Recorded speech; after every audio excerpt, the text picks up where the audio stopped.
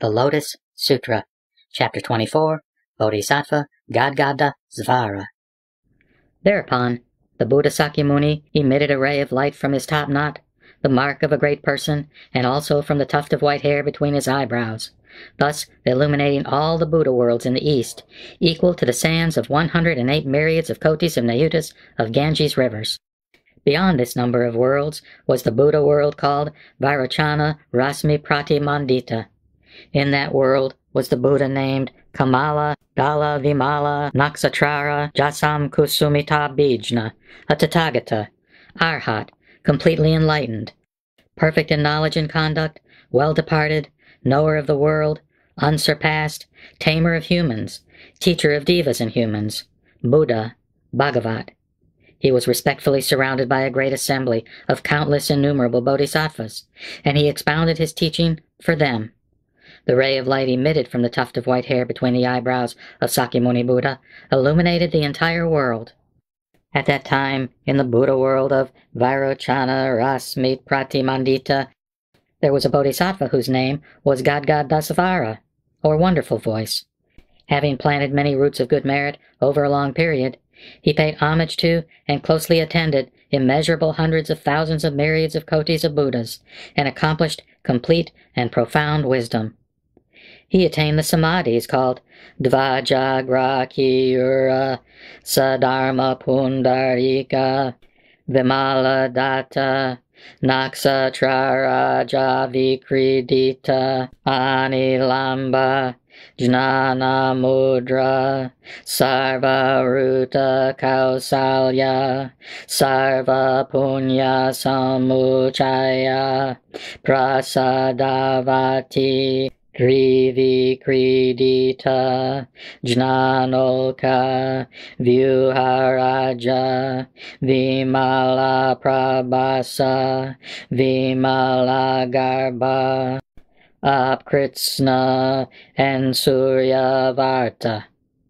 He thus attained great samadhis, equal in number to the sands of hundreds of thousands of myriads of kotis of Ganges rivers.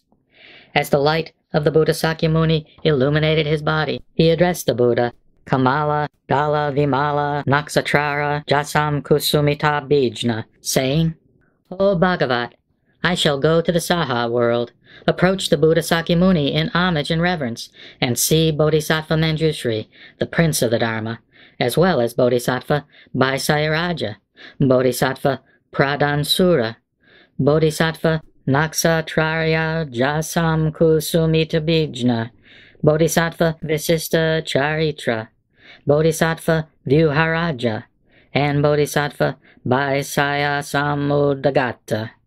Then the Buddha, Kamala Dala Vimala Naksatrara Jasam Kusumita Bijna, addressed Bodhisattva Gadgadasvara, saying, You must not despise that world, nor think it inferior, O son of a virtuous family. The land of that Saha world is uneven and irregular, and is filled with mud, stones, mountains, and filth. The Buddha is short of body, as are the Bodhisattvas. By contrast, your body is 42,000 yojanas tall, and my body is 6,800,000 yojanas tall. Your body is perfect in its bearing, and illuminated most beautifully with hundreds of millions of merits. Yet, when you go there, you must not despise that country, nor think the Buddha, Bodhisattvas, or the world itself inferior. The Bodhisattva Gadgadasvara addressed the Buddha, saying, O Bhagavat, I am now going to the Saha world through the power of the Tathagata, the carefree play of the transcendent powers of the Tathagata, and the adornment of the qualities and wisdom of the Tathagata. At that time, Bodhisattva Gadgadasvara, without rising from his seat or moving his body, entered Samadhi. Through the power of the Samadhi, he caused 84,000 jeweled lotus flowers to appear on Mount Gridikuta, not far from the seat of the Dharma. The stems were made of Jambunada gold, the leaves of silver, the pistils of diamond, and the calices of ruby. On seeing these lotus flowers, Bodhisattva Manjushri, the prince of the Dharma, addressed the Buddha, saying, O Bhagavat, why has this marvel appeared? There are a great many millions of lotus flowers, whose stems are made of Jambunada gold, leaves of silver, pistols of diamonds, and calices of ruby. The Buddha Sakyamuni answered Manjushri, saying, The Bodhisattva Gadgadasvara wishes to come to this Saha world from the Buddha world called Kamala, Dala, Vimala, Naksatrara, Jasam, Kusumita, Bijna, together with 84,000 bodhisattvas as his retinue.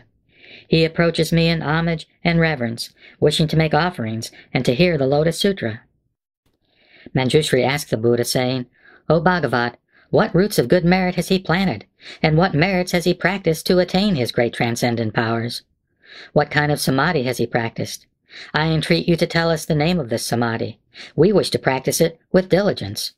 By practicing this samadhi, we wish to see the shape, appearance, size, and manner of this bodhisattva. I entreat you, O Bhagavat, to use your transcendent powers and let us see the appearance of that bodhisattva.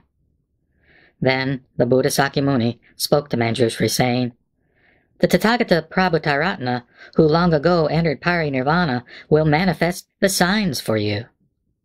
At that time, the Buddha Prabhutaratna addressed that bodhisattva, saying, Come, O son of a virtuous family, Manjushri, the prince of the Dharma, wishes to see you.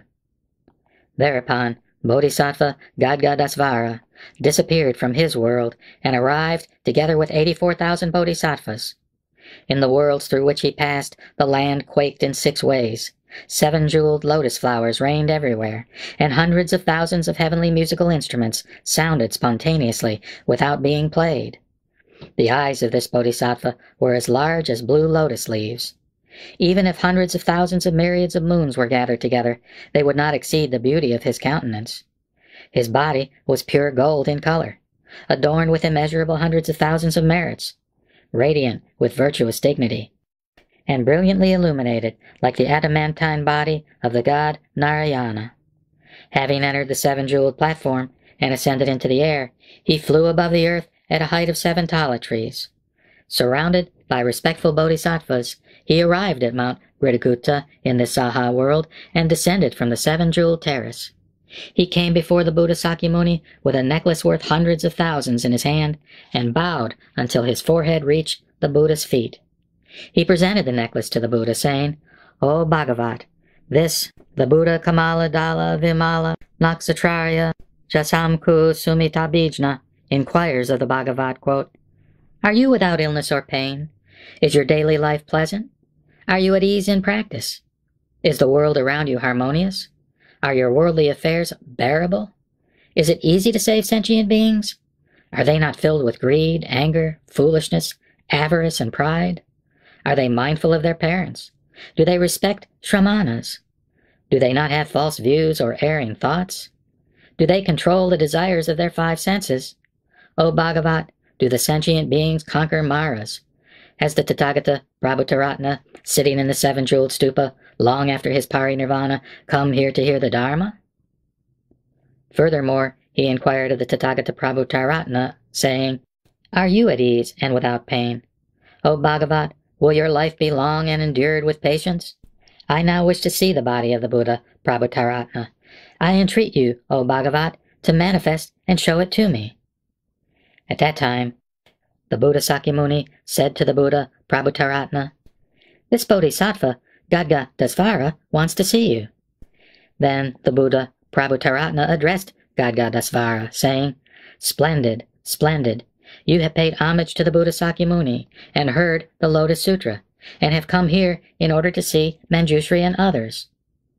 Thereupon, Bodhisattva Padmasri addressed the Buddha, saying, O Bhagavat, what roots of good merit has this Bodhisattva Gadgadasvara planted, and what merits has he practiced to attain these transcendent powers?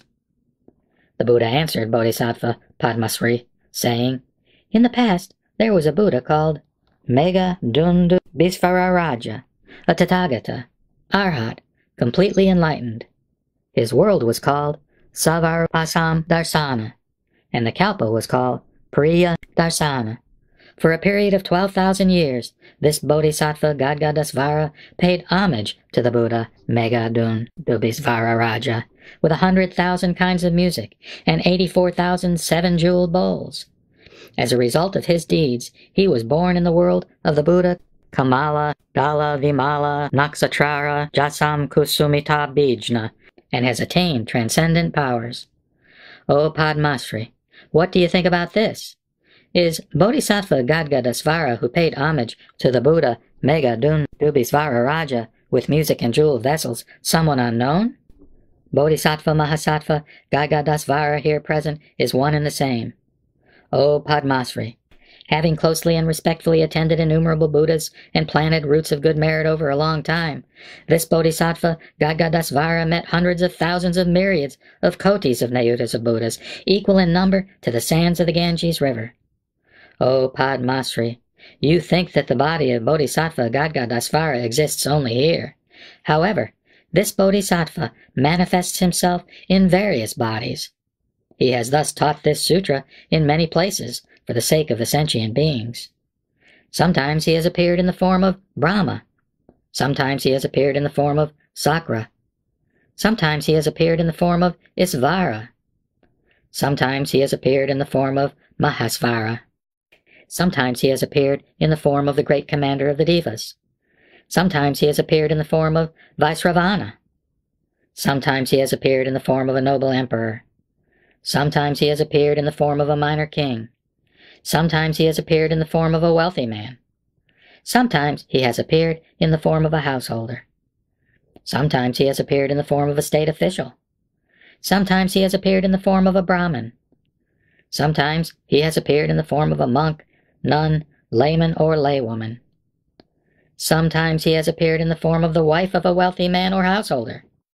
Sometimes he has appeared in the form of the wife of a state official.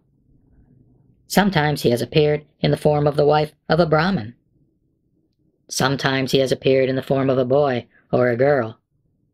Sometimes he has appeared in the form of a human or a non-human, such as a Deva, Naga, Yaksha, Gandharva, Asura, Garuda, Kimnara, or Maharaga.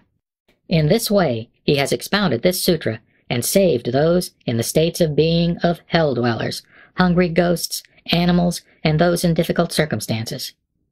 Sometimes he has transformed himself into a female in royal harems and taught this sutra.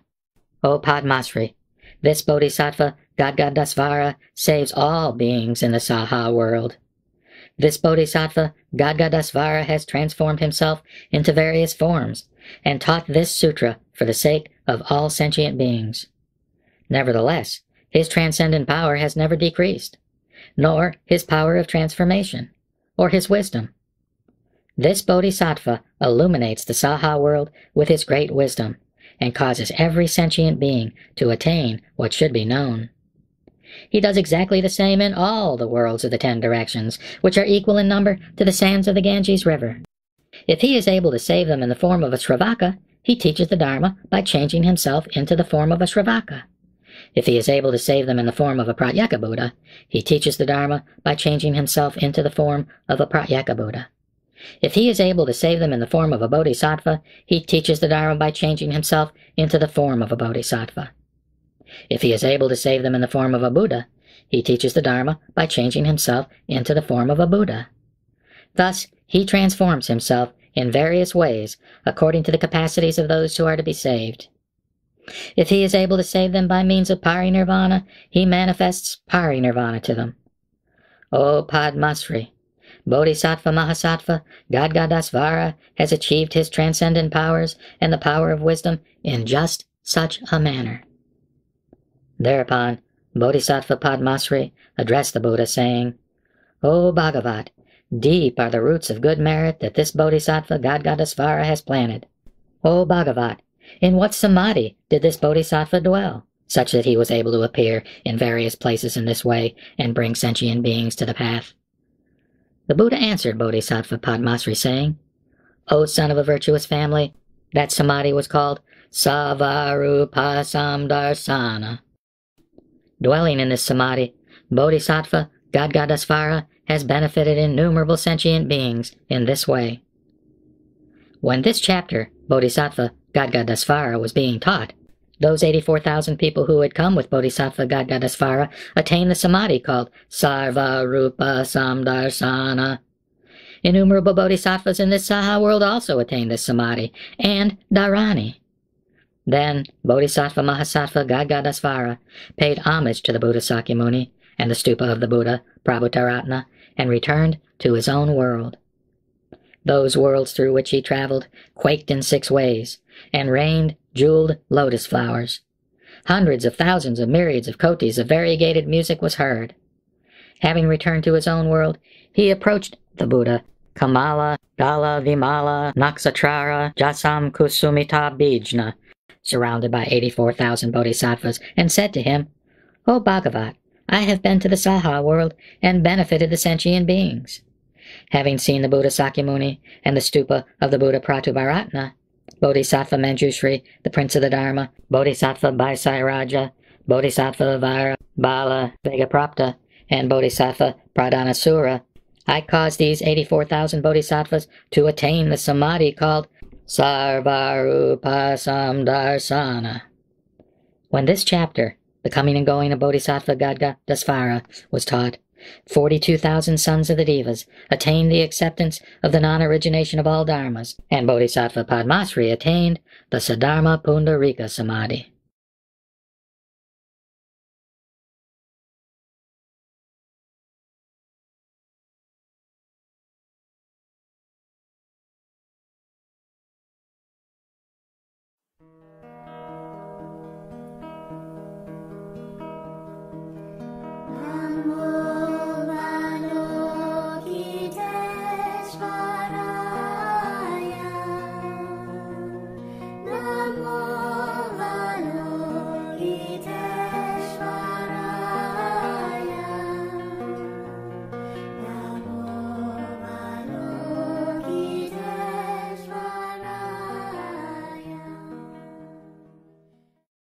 The Lotus Sutra, Chapter 25, The Gateway to Every Direction, Manifested by Bodhisattva Avalokitesvara. Translated into Chinese in the Yao Qin dynasty by the Tripitaka master Kumarajiva from Kucha, and in the Sui dynasty by Shramana Jnanagupta from Gandhara. Translated from Chinese into English by Tsugunari Kubo and Akira Uyama, second revised edition. The unsurpassed, profound, and wonderful Dharma is difficult to encounter in hundreds of millions of eons. I now see and hear it, receive and uphold it, and I vow to fathom the Tathagata's true meaning. Thereupon, arising from his seat, with his right shoulder bared, Bodhisattva Aksayamati faced the Buddha with his palms pressed together, and spoke thus to him, quote, "O Bhagavat, for what reason is Bodhisattva Avalokitesvara, hearer of the sounds of the world, called Avalokitesvara?" The Buddha answered Bodhisattva Aksayamati, saying, quote, "O son of a virtuous family, if innumerable hundreds of thousands of myriads of kotis of sentient beings who experience suffering hear of Bodhisattva Avalokitesvara and wholeheartedly chant his name, Bodhisattva Avalokitesvara will immediately perceive their voices and free them from their suffering. Even if those who hold to the name of Bodhisattva Avalokitesvara were to enter a great fire, because of this Bodhisattva's transcendent power, the fire would not be able to burn them. If they were adrift on the great waters, by chanting his name, they would reach the shallows. There are hundreds of thousands of myriads of kotis of sentient beings who enter the great ocean to seek such treasures as gold, silver, lapis lazuli, mother of pearl, agate, coral, amber, and pearl. Even if a cyclone were to blow the ship of one of these toward the land of Raksasa demons, they would all become free from the danger of those Raksasa demons if there were even a single person among them who chanted the name of Bodhisattva Avalokitesvara. For this reason, he is called Avalokitesvara. If anyone who is about to be beaten chants the name of Bodhisattva Avalokitesvara, the sticks and swords will immediately be broken into pieces, and he will be delivered. If the yaksas, Raksasas filling the great manifold cosmos come with the intent to afflict the people, but hear them chanting, those demons' evil eyes will be unable to see them, so how could they possibly hurt them? If anyone, whether guilty or innocent, is bound with fetters or chains, such bonds will be broken into pieces, and those who have been bound will become free by chanting the name of Bodhisattva Avalokitesvara. When a caravan leader travels on a dangerous road, together with his fellow merchants, carrying precious treasures in a great manifold cosmos filled with evil robbers, if there be a single person who says, quote, "O sons of a virtuous family, do not fear. You should wholeheartedly chant the name of Bodhisattva of Avalokitesvara. This Bodhisattva bestows fearlessness upon sentient beings. If you chant his name, you will be free from these evil robbers." Now, if those merchants chant loudly in unison, saying, "Homage to Bodhisattva of Avalokitesvara," then, by chanting his name, the caravan will immediately gain deliverance. O Aksayamati, the transcendent power of Bodhisattva Mahasattva of Avalokitesvara is as great and mighty as this. If there are any sentient beings who are greatly subject to sensual desires, if they contemplate Bodhisattva of Avalokitesvara with respect, they will become free from these desires. If there are any sentient beings who often become angry, if they contemplate Bodhisattva of Avalokitesvara with respect, they will become free from anger. If there are any sentient beings who are greatly confused, if they contemplate Bodhisattva of Avalokitesvara with respect, they will become free from their confusion. O Aksayamati, thus Bodhisattva of Avalokitesvara greatly benefits sentient beings through his transcendental power. For this reason, sentient beings should always turn their thoughts to him. If any woman, wanting to have a baby boy, pays homage and makes offerings to Bodhisattva of Avalokitesvara, she will bear a baby boy endowed with good merit and wisdom. If she wants to have a baby girl, she will bear a beautiful and handsome baby girl who has planted roots of good merit and will have the love of sentient beings. O Aksayamati, such are the transcendent powers of Bodhisattva of Avalokitesvara that if any sentient being reverently respects him, the merit they achieve will never be in vain. For this reason, sentient beings should hold to the name of Bodhisattva of Avalokitesvara. O Aksayamati, what do you think of someone who holds to the names of the Bodhisattvas equal in number to the sands of 62 kotis of Ganges rivers, and pays homage to them with drink and food, clothes, bedding, and medicine? Is the merit of this son or daughter of a virtuous family great or not? Aksayamati answered, saying, O Bhagavat, it is great. The Buddha said, if there is anyone who holds to the name of Bodhisattva of Avalokitesvara, and anyone who pays homage to him and makes offerings even for a moment, the merit of these two people will be equal and the same. It will never be extinguished after hundreds of thousands of myriads of kotis of kalpas. O Aksayamati, those who hold to the name of Bodhisattva of Avalokitesvara will attain such benefits of immeasurable and limitless merit. The Bodhisattva Aksayamati addressed the Buddha, saying, quote, O Bhagavat, how does the Bodhisattva of Avalokitesvara wander through this Saha world? How does he teach the Dharma for the sake of sentient beings? What if his power of skillful means? The Buddha said to Bodhisattva Aksayamati, O son of a virtuous family, if there is any land where sentient beings are to be saved by the form of a Buddha, Bodhisattva of Avalokitesvara teaches the Dharma by changing himself into the form of a Buddha. To those who are to be saved by the form of a Pratyeka Buddha, he teaches the Dharma by changing himself into the form of a Pratyeka Buddha. To those who are to be saved by the form of a Sravaka, he teaches the Dharma by changing himself into the form of a Sravaka. To those who are to be saved by the form of a Brahma, he teaches the Dharma by changing himself into the form of a Brahma. To those who are to be saved by the form of a Sakra, he teaches the Dharma by changing himself into the form of a Sakra. To those who are to be saved by the form of Isvara, he teaches the Dharma by changing himself into the form of Isvara. To those who are to be saved in the form of Mahesvara, he teaches the Dharma by changing himself into the form of Mahesvara. To those who are to be saved by the form of the great commander of the Devas, he teaches the Dharma by changing himself into the form of the great commander of the Devas. To those who are to be saved by the form of Vaisravana, he teaches the Dharma by changing himself into the form of Vaisravana. To those who are to be saved by the form of a minor king, he teaches the Dharma by changing himself into the form of a minor king. To those who are to be saved by the form of a wealthy man, he teaches the Dharma by changing himself into the form of a wealthy man. To those who are to be saved by the form of a householder, he teaches the Dharma by changing himself into the form of a householder. To those who are to be saved by the form of a state official, he teaches the Dharma by changing himself into the form of a state official. To those who are to be saved by the form of a Brahmin, he teaches the Dharma by changing himself into the form of a Brahmin. To those who are to be saved by the form of a monk, nun, layman, or laywoman, he teaches the Dharma by changing himself into the form of a monk, nun, layman, or laywoman. To those who are to be saved by the form of a wife of either a wealthy man, a householder, a state official, or a Brahmin, he teaches the Dharma by changing himself into the form of such a wife. To those who are to be saved by the form of a boy or girl, he teaches the Dharma by changing himself into the form of a boy or a girl.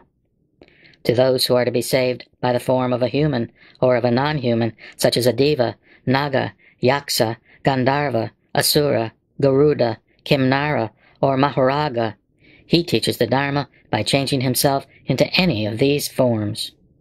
To those who are to be saved by the form of Vajrapani, he teaches the Dharma by changing himself into the form of Vajrapani. O Aksayamati, this Bodhisattva of Avalokitesvara displays such qualities, wanders through many lands in various forms, and saves sentient beings. For this reason, you should wholeheartedly pay homage to Bodhisattva of Avalokitesvara. This Bodhisattva of Avalokitesvara bestows fearlessness in times of fearful calamity. For this reason, everybody in this Saha world calls him Abhya Amadada, giver of fearlessness. The Bodhisattva Aksayamati addressed the Buddha, saying, quote, O Bhagavat, I shall now pay homage to Bodhisattva of Avalokitesvara. He then took from his neck a many-jeweled necklace worth hundreds of thousands of gold coins, gave it to him, and said, quote, I entreat you to accept this rare jeweled necklace for the Dharma. At that time, Bodhisattva of Avalokitesvara did not dare to receive it. Aksayamati addressed Bodhisattva of Avalokitesvara, saying, quote, I entreat you to accept this necklace out of pity for us. Then the Buddha said to Bodhisattva of Avalokitesvara, quote, You should accept this necklace out of pity for such humans and non-humans as this Bodhisattva Aksayamati, the fourfold assembly, Devas, Nagas, Yaksas, Gandharvas, Asuras, Garudas, Kimnaras, and Maharagas. The Bodhisattva of Avalokitesvara accepted the necklace out of pity for the fourfold assembly, Devas, Nagas, humans, non-humans, and the rest. He then divided it into two parts and gave one part to the Buddha Sakyamuni and the other part to the stupa of the Buddha Prabhutaratna. O Aksayamati, with such inherent transcendent powers, Bodhisattva of Avalokitesvara wanders through this Saha world. Thereupon, Bodhisattva Aksayamati asked a question in verse, saying, quote, O Bhagavat, endowed with excellent marks, I now wish to ask you about him once again. For what reason is the heir of the Buddha named Avalokitesvara? The Bhagavat, endowed with excellent marks, answered Aksayamati in verse. Listen to the practices of Avalokitesvara, which have their application to all. His vow is deep like the ocean, and his kalpa is of inconceivable length. After having attended many thousands of kotis of Buddhas, he made a great pure vow. I will now explain it to you in brief, If you hear his name and see his body and contemplate him in thought, your life will not be in vain, and you will extinguish all suffering. If anyone wants to hurt you and pushes you into a great fire pit, if you contemplate the power of Avalokitesvara, the fire pit will change into a pond. If you drift upon the great ocean and meet danger from dragons, fish, and demons, if you contemplate the power of Avalokitesvara, you will not be swallowed by the waves. If you are on the peak of Sumeru and are pushed by somebody, if you contemplate the power of Avalokitesvara, you will stay suspended in the air like the sun. If any evil one chases you and pushes you from Mount Diamond, if you contemplate the power of Avalokitesvara, not even a single hair will be hurt. If evil robbers surround you, each with a sword and the intent to harm, if you contemplate the power of Avalokitesvara, the thought of mercy will awaken in them. If you suffer under the punishment of a king, and your life is to be ended by execution, if you contemplate the power of Avalokitesvara, the sword will be immediately broken into pieces. If you are imprisoned with a neck chain, your hands and feet fettered, if you contemplate the power of Avalokitesvara, they will disappear and you will be released. If anyone wants to hurt your body with a curse or poison, If you contemplate the power of Avalokitesvara, these ills will return and afflict their authors. If you meet evil Rakshasas, poisonous dragons, or demons, if you contemplate the power of Avalokitesvara, they will not dare to hurt you. If you are surrounded by evil animals, whose teeth and claws are fearfully sharp, if you contemplate the power of Avalokitesvara, they will run away swiftly and to an immeasurable distance.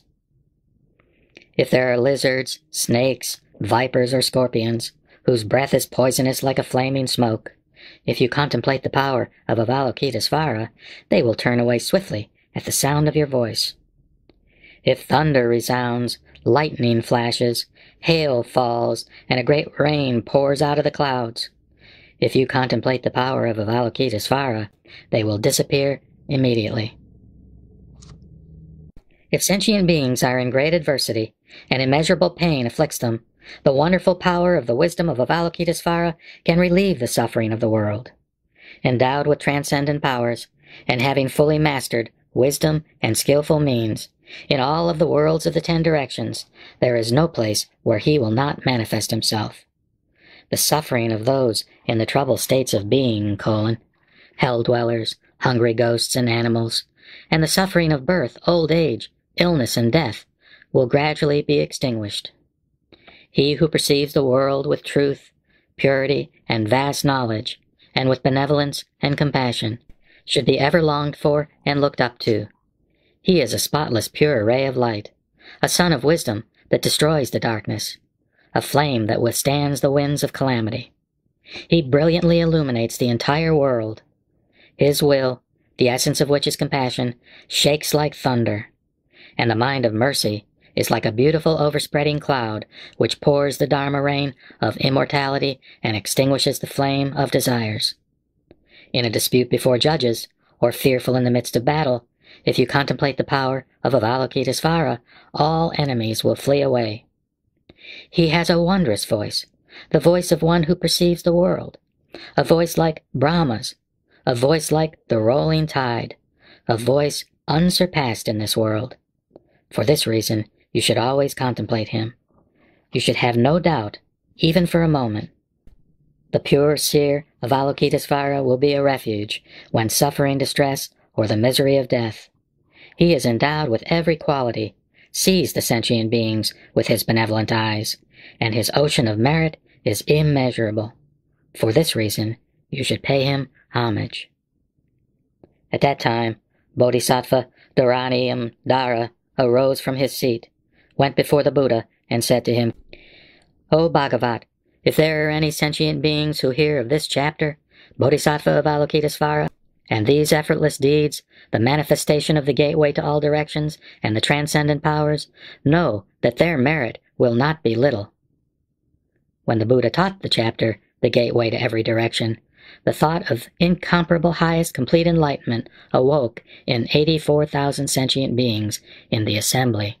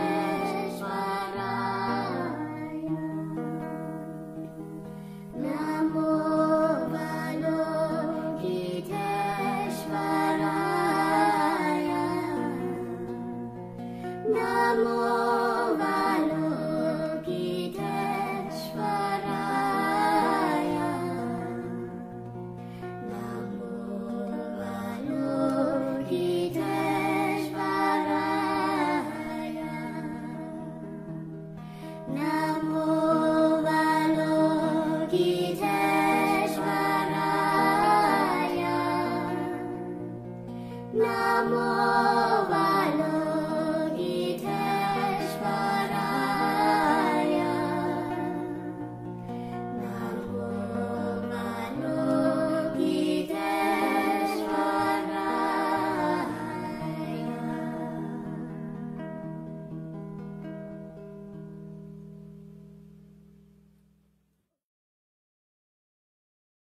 Lotus Sutra, Chapter 26, Dharani.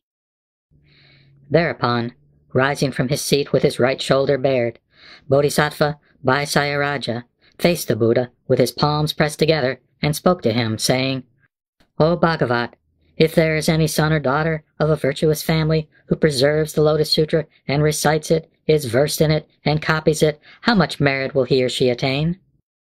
Then the Buddha addressed Vaisayaraja, saying, If there is any son or daughter of a virtuous family who pays homage to Buddhas, numbering as many as the sands of 800 myriads of kotis of Nayutas of Ganges rivers, what do you think? Will the merit he or she attains be great or not? He answered, It will be great, O Bhagavat. The Buddha said, If any son or daughter of a virtuous family preserves a verse of 4 lines of this sutra, recites it, understands the meaning, or practices what it teaches, his or her merit will be very great. Thereupon, Bodhisattva Vaisayaraja addressed the Buddha, saying, O Bhagavat, I will now give the Dharanis to the expounders of the Dharma and protect them. He then recited a Dharani.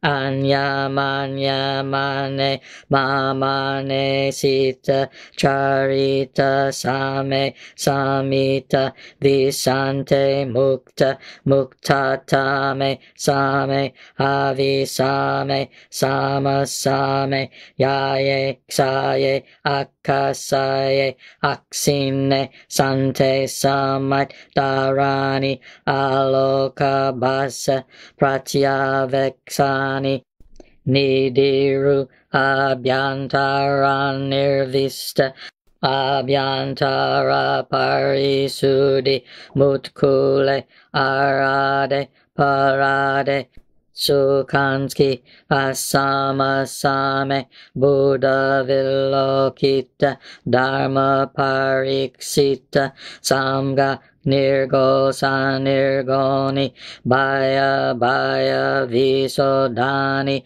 mantre mantra kasayate rute ruta kausalya aksaya aksaya vanataya vakule valoda amanyanataye. Tadyata anaye manaye mani mamane tsati tsarati kyami kyamaye tampa shanta mutata mesame ambekha mesamasame zaye kyaye atyaye akirno shanta kyamato darana aloka base tataya bhatyana dumbara abayanta ranabite abayanta rana mitra atayanta bereshata utkalo matkale arate marate shatyatya asamasame batamba lokate dharma parakyata Nirgo Khana Baya Baya Hyotana Mantri Manta Jaya Tirata Koshali Atyaye Atyambarataya Palo Amanayantaya. O Bhagavat, this mantra, Dharani, was spoken by Buddhas equal in number to the sands of 62 kotis of Ganges rivers. Anyone who attacks or slanders an expounder of the Dharma also attacks or slanders these Buddhas. Thereupon, the Buddha Sakyamuni praised Bodhisattva Vaisayaraja, saying, Splendid, splendid, O Vaisayaraja. Out of compassion you have taught this Dharani in order to protect the expounders of the Dharma. It will greatly benefit all sentient beings.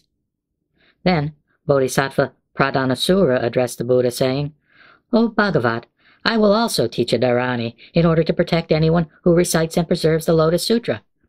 If expounders of the Dharma attain this Dharani, no yaksa, raksa, putana, kritya, kumbanda, or hungry ghost will ever have a chance to strike at their weaknesses, even if they try to do so. In the presence of the Buddha, he taught a Dharani, saying, Jvale, maha jvale, yuke, mukhe hade hadavati nirtya nirtyavati itini vitini chitini nirtyani nirtyavati. Tadyatha anzole, ma anzole, ukimike, ati atambata, no, natambata, utana, pata, satana, natatana, natatapata, suha. O Bhagavat, this mantra Dharani has been spoken by Buddhas equal in number to the sands of the Ganges River, and everyone has rejoiced in it. Anyone who attacks or slanders an expounder of the Dharma also attacks or slanders these Buddhas. Thereupon, the Devaraja Vaisravana, a world protector, addressed the Buddha, saying, O Bhagavat, I will also teach a Dharani out of pity for sentient beings, and in order to protect expounders of the Dharma. He then recited a Dharani, saying, Ate, nate, vanate, anade, nadi, kunadi. Tadyata, atata, natate, tanatate, inatanata, kuntasuha. O Bhagavat, with this mantra Dharani, I protect the expounders of the Dharma. I will also protect those who hold to this sutra. All heavy cares shall be banished for 100 yojanas around. At that time, the Devaraja Dhritarashtra was present in the assembly, respectfully surrounded by thousands of myriads of kotis of Nayutas of Gandharvas. He came before the Buddha together with them, and addressed the Buddha with his palms pressed together, saying, O Bhagavat, with a mantra Dharani, I will also protect those who hold to the Lotus Sutra. He then recited the Dharani, saying, Agane, Gane, Gauri, Gandhari, Chandali, Matanji, Janjuli, Vrusani, Agasti. Tadyatha, angano, gano, gorangabdara, zantala, matanka, pikasa, kali, josuha. O Bhagavat, this mantra Dharani was spoken by 42 kotis of Buddhas. Anyone who attacks or slanders an expounder of the Dharma also attacks or slanders these Buddhas. At that time, there were 10 Raksasis.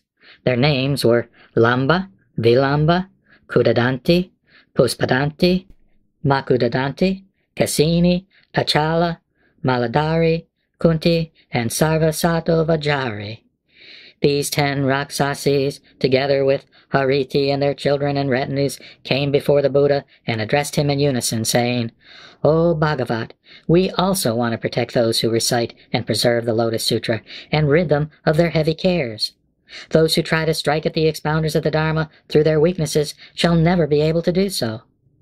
They then recited a Dharani in the presence of the Buddha, saying, Iti me, iti me, iti me, iti me, iti me, nimme, nimme, nimme, nimme, nimme, ruhe, ruhe, ruhe, ruhe, stuhe, stuhe, stuhe, stuhe, stuha. Tadyatha, atame, atame, atame, atame, atame, nami, nami, nami, nami, nami, rahe, rahe, rahe, rahe, rahe, hasate, hasate, hasate, hasate, suha. Let troubles come upon our heads, rather than distress the expounders of the Dharma. No yaksa, no raksasa, no hungry ghost, no putana, no kritya, no vetala, no skada, no omarka, no apasmarka, no yaksakrita, no manusakrita, no fever for 1 day, for 2 days, for 3 days, for 4 days, or even up to 7 days, or at any time. No one in the form of a man, no one in the form of a woman, no one in the form of a boy, no one in the form of a maiden. No one who may appear even in a dream in any of these forms shall cause them distress. Then they spoke to the Buddha in verse, saying, If anyone does not accept my Dharani and troubles one who expounds the Dharma, his head will be split into 7 pieces, just like a branch of the Arjaka tree. Consider the transgression of parricide, of pressing sesame mixed with impurities, of cheating people with scales. Consider the transgression committed by Devadatta, who divided the Sangha. Those who slander this expounder of the Dharma shall suffer consequences such as these. After having spoken these verses, the Raksasis addressed the Buddha, saying, O Bhagavat, We also want to protect those who preserve, recite, and practice this sutra, and cause them to live at ease, rid them of their weighty cares, and drive out various poisons. The Buddha said to the Raksasis, "Splendid, splendid. You protect those who preserve the name of the Lotus Sutra. Your merit is immeasurable. How much more merit is there in protecting those who perfectly preserve and revere the sutra in various ways, such as by offering flowers, perfumes, necklaces, fragrant ointments, scented powders, burning incense, banners, canopies, and music, or by lighting ghee lamps, oil lamps, fragrant oil lamps, lamps of oil made from sumanas, kampaka, varsika, and utpala flowers. How much more merit is there in offering such things in hundreds of thousands of ways? Oh, Kunti, you and your retinues should protect the expounders of the Dharma in this way." When this chapter, Dharani, was taught, 68,000 people attained the acceptance of the non-origination of all dharmas.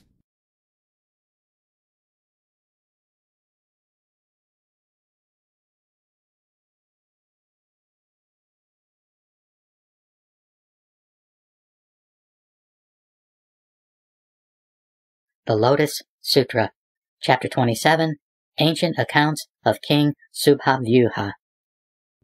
Thereupon the Buddha addressed the great assembly, saying, "Once upon a time, immeasurable, limitless, inconceivable, and incalculable kalpas ago, there was a Buddha named Jaladhara Garjita Gosasus Varanaka Satrara Jasam Kusumita Bijna, a Tathagata, Arhat, completely enlightened. His land was called Vairocharnarasmi Pratimandita, and the kalpa was named Priyadarasana. There was a king practicing the teaching of the Buddha. He was called Subhavyuha, and his consort was named Vimaladatta. They had 2 sons. One was named Vimalagarbha, and the other Vimalanitra. These 2 sons were endowed with great transcendent power, merit, and wisdom, and practiced the bodhisattva path for a long time. They were versed in the perfections of giving, or dana, good conduct, or sila, perseverance, or kshanti, effort, or virya, meditation, dhyana, and wisdom, or prajna, and skillful means and compassion, benevolence, joy, and generosity, as well as the 37 helpful ways to attain the Dharma. Furthermore, they were also versed in the bodhisattva samadhis of Vimala, Naksatara Jatitya, Vimala Nirbhasa, Vimala Rupa, Vimala Bhasa, Alamkara Subha, and Mahatejo Garbha. Then the Buddha, wanting to guide King Subhavyuha, and out of compassion for sentient beings, taught this Lotus Sutra. At that time, Prince Vimalagarbha and Prince Vimalanitra approached their mother and addressed her, with their palms and 10 fingers pressed together, saying, "We entreat you, O mother, to go before the Buddha, Jaladhara Garjita Gosasus Varanaka Satrara Jasam Kusumita Bijna. We shall also go before him, together with you, attend him, make offerings to him, and pay him homage." Why is this? Because this Buddha teaches the Lotus Sutra amid the assembly of all the devas and humans. Thus, we should all listen to him. Their mother answered the son, saying, "Your father follows heresies, and is deeply attached to the teachings of the Brahmins. You should go to your father to ask him to come with us." Vimalagarbha and Vimalanitra said to their mother, with their palms and 10 fingers pressed together, "We are the children of the king of the Dharma, although we were born in this house of wrong views." The mother replied to her son, saying, "You should have compassion for your father, and show him great miracles. If he sees them, his mind will certainly be purified. He will then allow us to go before the Buddha." Thereafter, the 2 sons jumped up into the air as high as 7 tala trees, and, out of their love for their father, showed him various miracles. They walked, stood, sat, and slept in the air, causing water to flow from their upper bodies, and blowing fire out of their lower bodies, causing water to flow from their lower bodies, and blowing fire out of their upper bodies, enlarging their bodies so that they filled the air, making them small and then enlarging them again, disappearing in midair and instantly reappearing on the earth. entering the earth as if it were water, and walking on the water as though on the earth. By showing various marvels like these, they purified their father's mind and caused him to believe them. When their father saw the transcendent powers of his sons, he rejoiced a great deal at his unprecedented experience and addressed his sons with his palms pressed together, saying, "Who is your teacher? Whose pupils are you?" The 2 sons said, "O great king, the Buddha, Jaladhara Garjita Gosasus Varanaka Satrara Jasam Kusumita Bijna, is now sitting on the seat of the Dharma under the 7-jeweled Bodhi tree and teaching the Lotus Sutra extensively to the assembly of all the devas and humans in this world. He is our teacher. We are his pupils." The father said to his sons, "I now also wish to see your teacher. Let me go with you." Thereupon the 2 sons descended from the air, approached their mother, and addressed her with their palms pressed together, saying, "Our father believed us, and the thought of highest complete enlightenment can now awaken in him. We have done the Buddha's work for the sake of our father. We entreat you, O mother, to allow us to renounce household life and practice the Bodhisattva path under the guidance of that Buddha." At that time, the 2 sons addressed the mother in verse, wanting to elaborate on this meaning further, saying, "We entreat you, O mother, to allow us to renounce household life and to become Shramanas. It is extremely difficult to meet Buddhas. We will learn by following this Buddha. It is more difficult to meet a Buddha than to see Adambara flowers. It is also difficult to escape from adversity. We entreat you to allow us to renounce household life." Their mother addressed them immediately, saying, "I give my consent for you to renounce household life. What is the reason for this? It is because it is difficult to meet a Buddha." Then the 2 sons addressed their parents, saying, "Splendid, O father and mother. We entreat you now to approach and meet the Buddha. Jaladhara Garjita Gosasus Varanaka Satrara Jasam Kusumita Bijna, and pay homage to him." Why is this?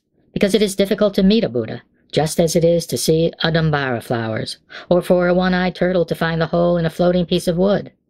Because of our profound merits accumulated in the past, we were born to meet the Buddha Dharma. For this reason, our father and mother should allow us to renounce household life. Why is this? Because it is difficult to meet Buddhas, and it is also difficult to obtain an opportunity for meeting them. At that time, 84,000 women in the palace of King Supavyuha all became capable of preserving this Lotus Sutra. Bodhisattva Vimalanetra had already been versed in the Siddharma Pundarika Samadhi for a long time, and Bodhisattva Vimalagarbha had also been versed in the Sarvasattva Papajanya Samadhi for immeasurable hundreds of thousands of myriads of kotis of kalpas, for he wanted all sentient beings to be separated from evil states of being. The consort of that king attained the Sarva Buddha Sangiti Samadhi, and the secret treasure house of the Buddhas was revealed to her. In this way, the 2 sons inspired their father through the power of their skillful means, and caused him to have faith and pleasure in the Buddha Dharma. Then King Subhavyuha, together with his subjects and retinue, Queen Vamaladatta, together with her servants and retinue, and the 2 princes, together with 42,000 people, came before the Buddha at that time. Having approached the Buddha, they bowed until their foreheads touched his feet, then circled around him 3 times and sat to one side. At that time, the Buddha expounded and taught the Buddha Dharma for the king's sake, greatly benefiting and rejoicing him. Then King Subhavyuha and his queen took off their pearl necklaces worth hundreds of thousands and scattered them over the Buddha. In the air, they transformed into a 4-pillar jeweled platform. On the platform was a great jeweled bed, spread with hundreds of thousands of myriads of heavenly clothes. The Buddha sat cross-legged upon it, emitting great rays of light. Then King Subhavyuha thought, "The Buddha's form is marvelous, most superior in dignity, and given perfection by the most delicate countenance."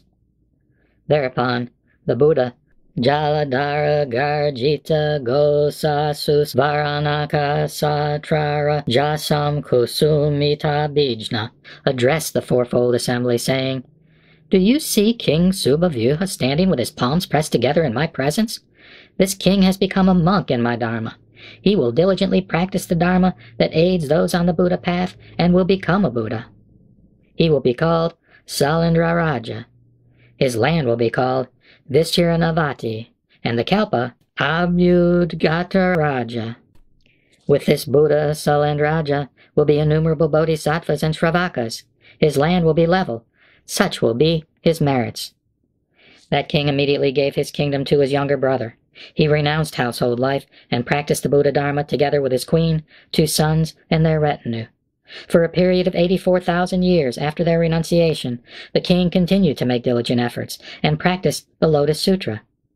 After this, he attained the Sarvagunalamakara Vyuha Samadhi. He ascended instantly into the air to a height of 7 tala trees and addressed the Buddha, saying, "O Bhagavat, my 2 sons have done the Buddha's work. Through their miracles, they have reformed my erring mind, so that I dwell in the Buddha Dharma. These 2 sons are my good friends. They enabled me to see the Bhagavat. It was because they wanted to nurture the roots of good merit accumulated in my past and benefit me that they were born in my house." Then the Buddha, Jaladhar Garjita Gosasuvarana Ksatra Raja Samkusumita Bijna, addressed King Subhavyuha, saying, Exactly. It is exactly as you have said. If the sons and daughters of a virtuous family make good friends throughout many lives, after having planted roots of good merit, those good friends will perform the Buddha's work, illuminating, teaching, benefiting, and gladdening them, and will cause them to enter highest complete enlightenment. O great king, you should know that a good friend is indeed the great spur that brings inspiration to others, causing them to meet a Buddha and the thought of highest complete enlightenment to awaken in them. O great king, do you see these 2 sons?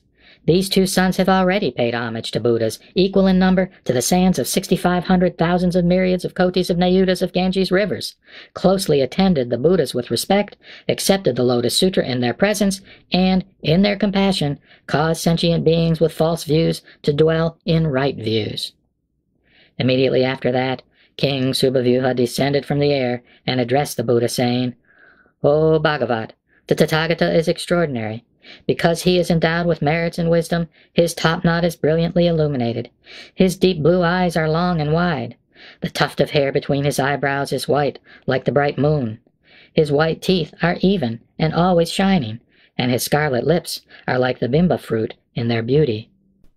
At that time, King Subhavyuha praised immeasurable hundreds of thousands of myriads of kotis of qualities of the Buddha like these, and again wholeheartedly addressed the Buddha with his palms pressed together in the presence of the Tathagata, saying, O Bhagavat, this is unprecedented. The Tathagata's Dharma is endowed and perfected with inconceivable subtle qualities. His teaching, integrity, and deeds are serene and comfortable.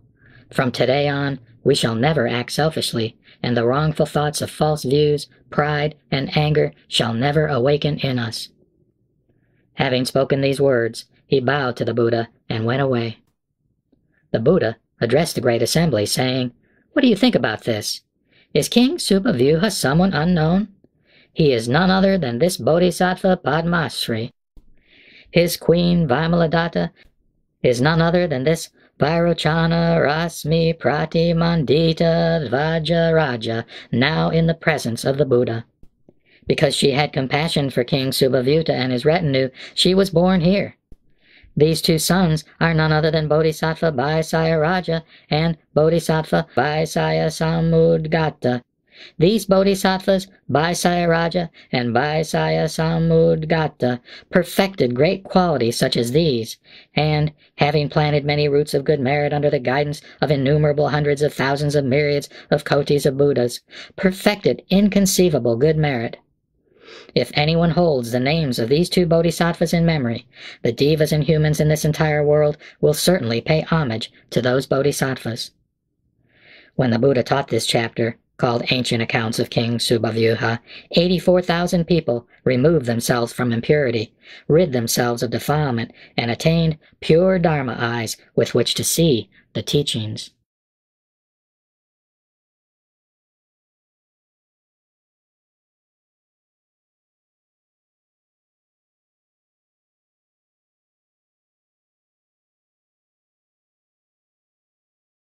The Lotus Sutra, Chapter 28, Encouragement of Bodhisattva Samantabhadra.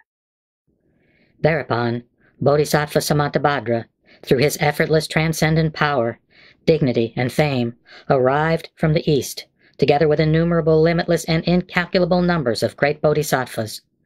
All the lands quaked universally wherever he passed.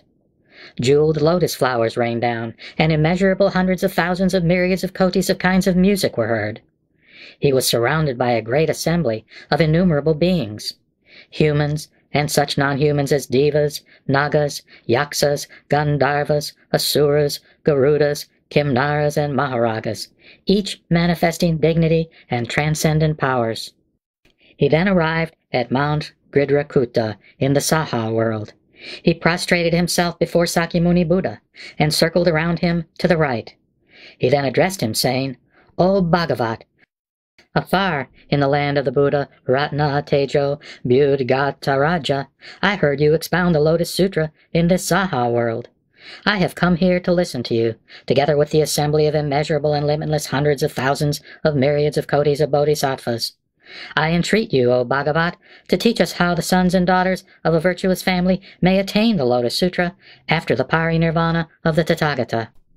The Buddha said to Bodhisattva Samantabhadra, "After the parinirvana of the Tathagata, the sons and daughters of a virtuous family will attain the Lotus Sutra if they achieve the 4 necessary accomplishments. The first is to be protected by the Buddhas. The second is to plant roots of good merit. The third is to enter a group of those who are rightly resolute. And the fourth is to awaken the thought of saving sentient beings. Those sons and daughters of a virtuous family will definitely attain this sutra after the parinirvana of the Tathagata if they perfect these 4 accomplishments." Then Bodhisattva Samantabhadra addressed the Buddha, saying, "O Bhagavat, if there are those who preserve this sutra in the troubled world of 500 years after, I will protect them and rid them of their heavy cares, cause them to attain happiness, and allow no one to strike at them through their weaknesses. I will not give Mara any chance to afflict them, nor the sons of Mara, daughters of Mara, minions of Mara, those possessed by Mara, yaksas, raksasas, kumbhandas, bisakas, krityas, putanas, or vetalas. If they recite this sutra, whether walking or standing, I will then come before them on a white elephant king with 6 tusks, together with the assembly of great bodhisattvas, manifest myself, pay homage, and protect them, and console their minds for the sake of revering the Lotus Sutra. If they sit contemplating upon this sutra, I will then manifest myself before them on a white elephant king. If they forget a single line or a verse in the Lotus Sutra, I will teach and recite it with them, and cause them to become proficient in it. At that time, those who accept and recite the Lotus Sutra will be able to see me, and, greatly rejoicing, will thus make further efforts. As a result of seeing me, they will attain the Samadhi and the Dharanis named Avarta Dharani, Koti Sata Sahasra Varta Dharani, and Sarvaruta Kausalya Varta Dharani. They will attain Dharanis like these. O Bhagavat, in the troubled world of 500 years after, those monks, nuns, laymen, and laywomen who seek, preserve, recite, copy, and wish to practice this Lotus Sutra should preserve single-mindedly for 21 days. After a full 21 days, I will appear on a white elephant with 6 tusks, accompanied by innumerable bodhisattvas, who themselves will also be surrounded by their retinues, and manifest myself before sentient beings in whatever form they wish to see. Then I will expound and teach the Dharma to them, and gladden them. I will also give them a Dharani spell. When they attain this Dharani, non-humans will have no power to destroy them, and women no power to trouble them. I myself will also protect these people. I entreat you, O Bhagavat, to allow me to teach this Dharani." Thus he taught the spell in the presence of the Buddha, saying, Adande Dandapati Dandavartani Dandakusale Danda Sudari Sudari Sudarapati Buddha Pasyane Sarvadarani Avartani Sarva Basyavartane Suavartane Samga Pariksani Samga Nirgatani Asamge Samga Pagate Tradva Samgatuya Prapte Sarva Samga Samatikrante Sarva Dharma Suparkisite Sarva Sattvarutakausalya Nugate Simha Vikridite. Tadyata Sandanta Danta Batan Danta Batana Danta Kashala Danta Sotara Sotara Ambata Bata Pashina Darana Ambertana Sanka Parajita Sanka Nirbagasata Dharma Parajita Sarvasaturata Koshali Nangate Sambata Andrate Anambati Batana Batala Suha. O Bhagavat, if there is any bodhisattva who hears this dharani, he should know it is because of the transcendent powers of Samantabhadra. If there is anyone who accepts the Lotus Sutra, practiced in Jambuvaipa, he should think, this is nothing but Samantabhadra's virtuous power. If there is anyone who preserves, recites, correctly remembers, understands this meaning, and practices in accordance with the teaching, know that they are practicing the practice of Samantabhadra. They plant deep roots of good merit in the presence of innumerable and limitless Buddhas. The Tathagatas will caress their heads. If they copy this sutra, after their death, they will be born in the Trayastrimsa heaven. At that time, 84,000 heavenly maidens will welcome them, performing various kinds of music. They will wear 7 jeweled cornets and be happy among their female servants. How much more for those who preserve, recite, remember correctly, understand the meaning, and practice in accordance with the teaching. If there is anyone who preserves, recites, and understands this meaning, at the end of their life 1,000 Buddhas will offer their hands, so that they will neither be afraid nor fall into the troubled states of being. They will thus arrive in the Tusita heaven of Bodhisattva Maitreya, who is endowed with the 32 marks, and surrounded by an assembly of great bodhisattvas and a retinue of hundreds of thousands of myriads of kotis of heavenly maidens. There they will be born, and such will be their merit and benefits. For this reason, the wise should wholeheartedly copy, move others to copy, preserve, recite, and remember it correctly, and practice in accordance with the teaching. O Bhagavat, through my transcendent powers, I will now protect, extensively distribute, and keep this sutra from extermination in Jambudvipa after the parinirvana of the Tathagata. Thereupon, the Buddha Sakyamuni praised him, saying, Splendid, splendid, O Samantabhadra! You will protect this sutra and bring benefit and happiness to sentient beings in many places. You have already accomplished inconceivable merits and profound compassion. Long, long ago, the thought of highest complete enlightenment awakened in you, and you made this vow of transcendent power, quote, I will protect this sutra. Through my transcendent powers, I will protect the one who holds to the name of Bodhisattva Samantabhadra, close quote. O Samantabhadra, if there is anyone who preserves, recites, correctly remembers, practices, and copies this Lotus Sutra, they should know that they will meet the Buddha Sakyamuni and hear this sutra from the mouth of the Buddha. By this, they should know that they are paying homage to the Buddha Sakyamuni. They should know that they will be praised by the Sakyamuni Buddha with the word splendid. They should know that the hand of the Buddha Sakyamuni will caress their heads. They should know that they will be clad in the robe of the Buddha Sakyamuni. Such people are not attached to worldly pleasures. They dislike heretical scriptures and writings. They are not pleased to consort with heretics, wicked people, butchers, those who keep boars, sheep, chickens, or dogs, hunters, or those who make a living by pandering. They will be honest in mind, and will have correct recollection and the power of merit. They will not be troubled by the 3 kinds of poison, nor will they be confused by jealousy, selfishness, false pride, or arrogance. Having little desire, they can know satisfaction and practice the practice of Samantabhadra. O Samantabhadra, if you meet anyone who preserves and recites the Lotus Sutra 500 years after the parinirvana of the Tathagata, you should think like this, quote, "This man will before long approach the terrace of enlightenment, destroy the hosts of Mara, attain highest complete enlightenment, turn the wheel of the Dharma, beat the drum of the Dharma, blow the conch of the Dharma, pour down the rain of the Dharma, and will sit on the lion's seat of the Dharma in the great assembly of devas and humans." O Samantabhadra, those who preserve and recite this sutra in the future world will not be greedy for clothes, bedding, food and drink, and the necessities of life.